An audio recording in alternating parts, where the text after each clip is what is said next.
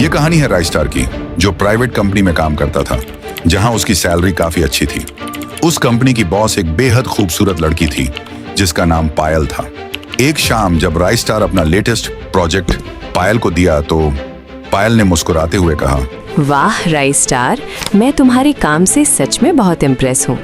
तुम जैसा टैलेंटेड लड़का इस कंपनी के लिए किसी वरदान से कम नहीं है। मुझे लगता है इस शानदार काम के लिए तुम्हें एक बड़ा गिफ्ट मिलना चाहिए। इतना कहते ही पायल ने अचानक अपनी शर्ट खोल दी और कहा, ये रहा तुम्हारा गिफ्ट, तुम्हारे सामने, इसे ले लो। पायल का यह रूप देख राइस्टार सन्न रह गया। उसके बदन में एक अजीब सी सिहरन दौड़ गई, दिल की धड़कनें मानो रुक सी गईं। इसके बाद जो हुआ उसे जानकर आपके होश उड़ जाएंगे, लेकिन वह क्या था ये जानने के लिए हमें थोड़ा पीछे चलना होगा, जहां से यह सब शुरू हुआ। कहानी की शुरुआत होती है शहर के मशहूर रत्नद्वीप कॉलेज से। राइस्टार इसी कॉलेज का सबसे होनहार स्टूडेंट था। वह हमेशा शांत रहता और क्लास में अपनी फिक्स जगह पर बैठता था।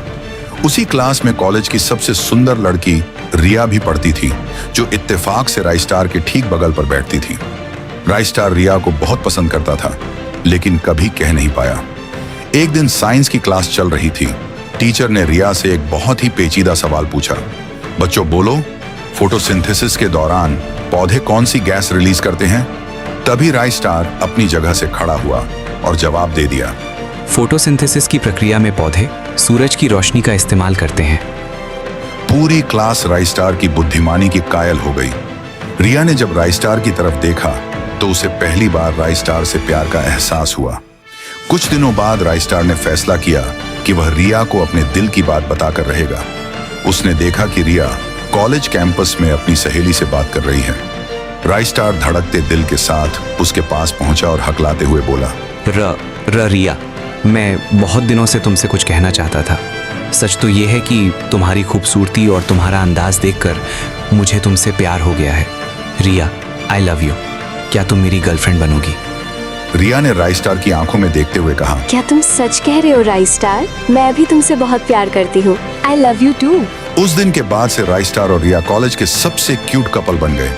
प्यार इतना बड़ा कि दोनों ने कॉलेज खत्म होते ही वरमाला डालकर शादी कर ली। दोनों हमेशा के लिए एक दूजे के हो गए। शादी की थकान के बाद जब दोनों अपने घर और फिर उसके बाद कमरे में आए तो अब उनके बीच कोई पर्दा नहीं था। रिया ने बड़े प्यार से अपने कपड़े खोले और दिलकश अंदाज में बिस्तर पर जा लेटी। राइस्टार भी खुद को रोक नहीं पाया और अपनी दुल्हन की बाहों में समा गया। वह रात उनके प्यार की गवाह बनी, जहां सिर्फ धड़कनों और सिसकियों का शोर था। छोड़ो। शादी के 2 महीने हंसी खुशी बीत गए। एक सुबह राइस्टार तैयार होकर रिया को बोला, रिया, शहर की एक बड़ी प्राइवेट कंपनी में मेरी जॉब लग गई है और आज मेरा पहला दिन है।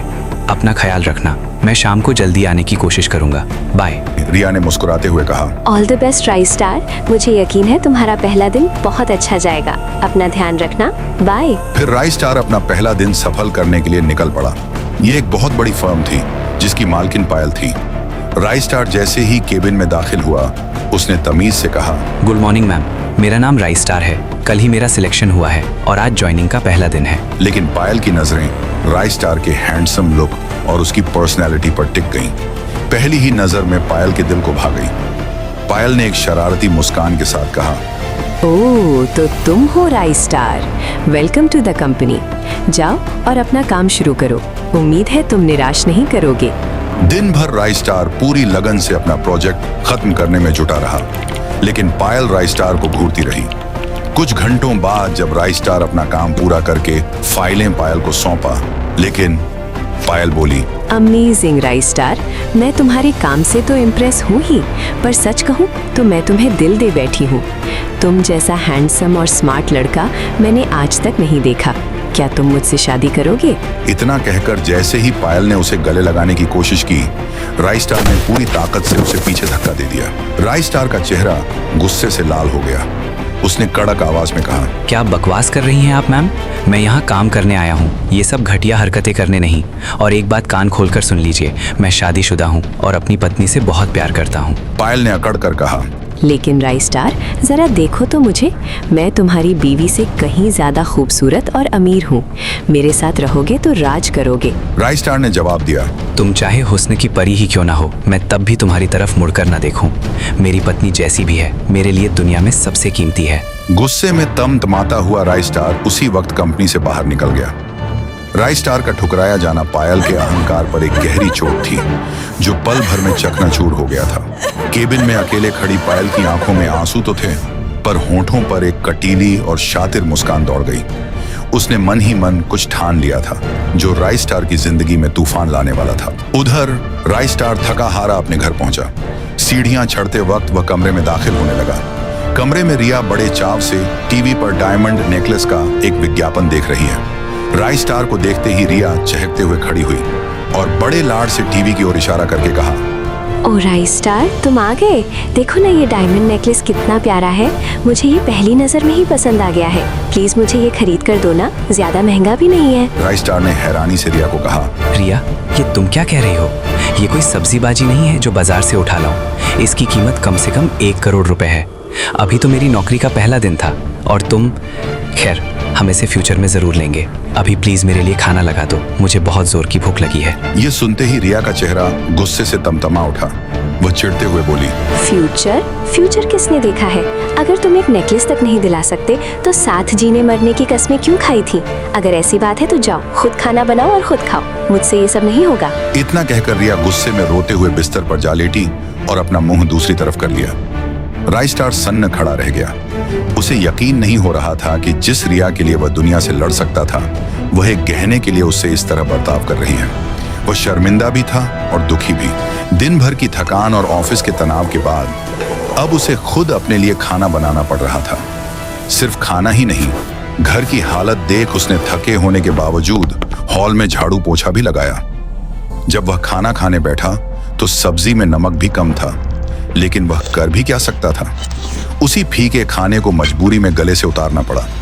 राई स्टार भारी मन से अपने कमरे में वापस आया और उसने आते ही प्यार से रिया को गले लगाना चाहा, लेकिन रिया ने झटक कर उसे पीछे धकेल दिया और गुस्से में बोली, सॉरी, आज ना मेरा मूड है और ना ही मेरे पास फालतू का टाइम। मुझे अकेला छोड़ दो। इतना कहकर रिया पैर पटकती हुई उसे इग्नोर करके कमरे से बाहर निकल गई। राई स्टार वहीं खड़ा रह गया। उसकी आंखों में आंसू भर आए।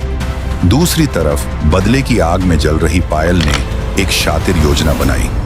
उसने शेरू नाम के एक लड़के को बुलाया और उसके सामने नोटों की गड्डियां रख दी और कहा, ये लो 2-3 करोड़ रुपए, जो करना है करो, जितने पैसे लुटाने हैं लुटाओ, लेकिन राई स्टार की पत्नी रिया को अपने जाल में फंसा लो।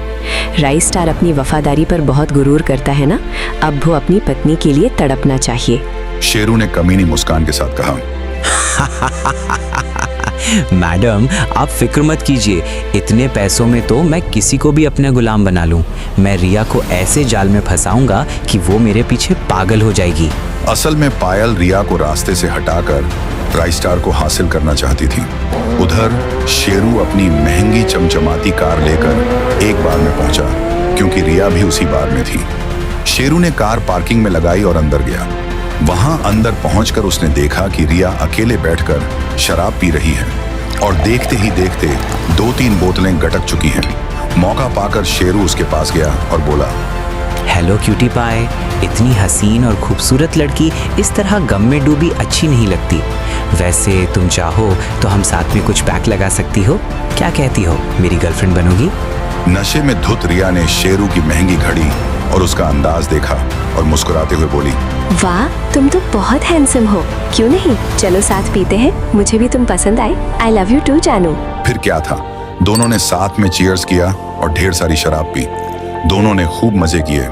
रिया धीरे धीरे शेरू के बिछाए जाल में पूरी तरह फंसती जा रही थी। तभी शेरू ने अपनी आखिरी चाल चली और कहा, रिया जानू, आज हमने बहुत मजे किए, अब तुम मेरी गर्लफ्रेंड हो तो इस बात पर एक गिफ्ट तो बनता है ना? रिया बोली, कैसा गिफ्ट बेबी, जल्दी दिखाओ ना। शेरू ने धीरे से एक मखमली बॉक्स रिया के हाथ में थमा दिया। जैसे ही रिया ने उसे खोला, उसकी आंखें फटी की फटी रह गईं। अंदर वही डायमंड नेकलेस चमक रहा था जिसे उसने टीवी पर देखा था। रिया की खुशी का ठिकाना न रहा। उसने आप देखा न ताब शेरू को जोर से गले लगा लिया। इधर पायल ने शेरू और रिया के बिताए गए उन निजी पलों की वीडियो रिकॉर्डिंग्स हासिल कर ली और बड़ी चालाकी से उन्हें राइस्टार के अकाउंट पर भेज दिया। राइस्टार घर पर ही था। जैसे ही उसने कंप्यूटर पे उन वीडियो को देखा, अपनी पत्नी को किसी और की बाहों में देखकर उसके दिल पर गहरी चोट पहुंची। उसने दांत पीसते हुए खुद से कहा, इतना बड़ा धोखा रिया, मैंने तुम्हारे लिए अपना सब कुछ दांव पर लगा दिया और मैं तुम्हें कभी माफ नहीं करूंगा। शाम हुई तो रिया घर लौटी। उसे देखते ही राइस्टार की आवाज गूंजी, वाह, कहाँ से आ रही हो मुंह काला करके? बस एक नेकलेस के लिए तुम किसी और की हो गई। रिया, अब मासूम बनने की जरूरत नहीं है, मैंने तुम्हारे सारे कारनामे देख लिए हैं। रिया बजाय शर्मिंदा होने के उल्टा भड़क उठी। उसने चिल्लाकर कहा, हाँ हो गई, और क्या करोगे तुम? मुझे तो ये बहुत पहले ही कर लेना चाहिए था। शेरू तुमसे लाख गुना बेहतर है, अमीर है और स्मार्ट भी। मैं उसी के साथ अपनी जिंदगी बिताऊंगी, तुम जैसे गरीब भिखारी के साथ नहीं। ठीक उसी वक्त घर के बाहर शेरू अपनी लग्जरी कार लेकर खड़ा हो गया। रिया ने राइस्टार को हमेशा हमेशा के लिए तड़पता छोड़कर शेरू की कार में जाकर बैठ गई और फिर दोनों वहां से चले गए। ये मंजर देखकर राइस्टार का दिमाग सुन्न हो गया। उसका खून खौल उठा। वह दहाड़ते हुए अंदर गया और दराज से अपनी बंदूक निकाल लाया। आज उसके सिर पर खून सवार था। उसे शेरू को खत्म करना था। वह बंदूक लेकर बाहर आया।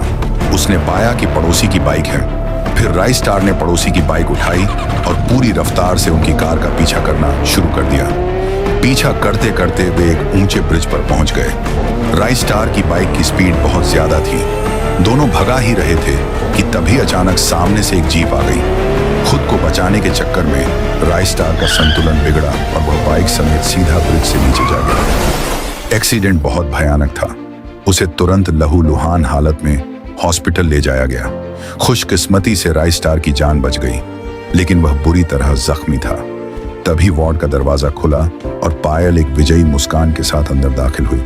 पायल को देख राइस्टार उठ खड़ा हुआ। पायल ने मजाक उड़ाते हुए कहा, हा हा हा, मिल गया ना धोखा।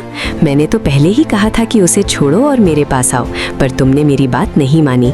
राइस्टार, तुम्हारे पास अब भी एक आखिरी चांस है। क्या तुम मुझसे शादी करोगे? हम साथ मिलकर एक आलीशान जिंदगी बिताएंगे। राइस्टार ने दर्द में कराहते हुए कड़वाहट से बोला, चुप करो पायल, उसने चाहे मेरे साथ जो भी किया हो, मेरा दिल आज भी सिर्फ उसी के लिए धड़कता है और मुझे पूरा यकीन है कि रिया को भटकाने के पीछे तुम्हारा ही हाथ है। मुझे तुम्हारी दौलत की कोई जरूरत नहीं है।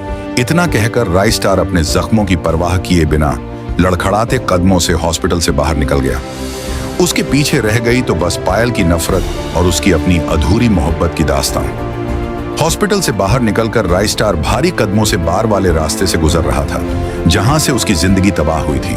जैसे ही वह उस बार के पास पहुंचा, उसके कानों में चीखने चिल्लाने की आवाजें पड़ी। छोड़ो मुझे, मैंने तुम्हारा क्या बिगाड़ा है? प्लीज जाने दो। राइस्टार ने एक पल में पहचान लिया कि यह चीख रिया की है।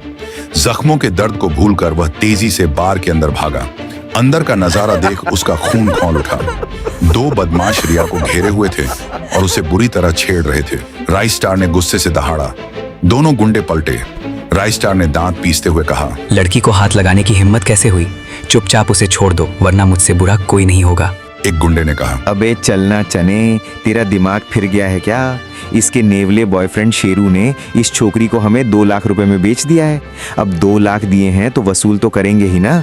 तुझे अगर इतना ही हीरो बनने का शौक है तो खुद 2 लाख दे और अपनी इस हीरोइन को ले जा। राइस्टार ने बिना देर किए अपने बैग से 2 लाख रुपए निकाले और उन गुंडों के मुंह पर दे मारे और कहा, लो अपने पैसे और दफा हो जाओ यहाँ से। पैसे मिलते ही गुंडे रिया को छोड़कर वहां से 9-2-11 हो गए। रिया फूट फूट कर रोने लगी। उसने भागकर राइस्टार के पैर पकड़ ली और कहा, राइस्टार, मुझे माफ कर दो। मैं अमीरी गरीबी के चक्कर में इतनी अंधी हो गई थी कि तुम्हारा सच्चा प्यार ही भूल गई। मैंने तुम्हारे साथ बहुत बुरा किया, प्लीज मुझे एक मौका दे दो। राइस्टार की आंखों में नमी थी। उसने रिया को सहारा देकर उठाया और बड़े प्यार से कहा, कोई बात नहीं रिया, ये सब हमें दूर करने की एक सोची समझी चाल थी, लेकिन सच के सामने झूठ ज्यादा टिक नहीं पाया। अब हम फिर से साथ रहेंगे। रिया ने राइस्टार को कसकर गले लगा लिया। उस अंधेरे बार में जहां सब कुछ खत्म होने वाला था, उनकी मोहब्बत की एक नई और खूबसूरत शुरुआत हुई। अब वे फिर से एक दूजे के हो चुके थे।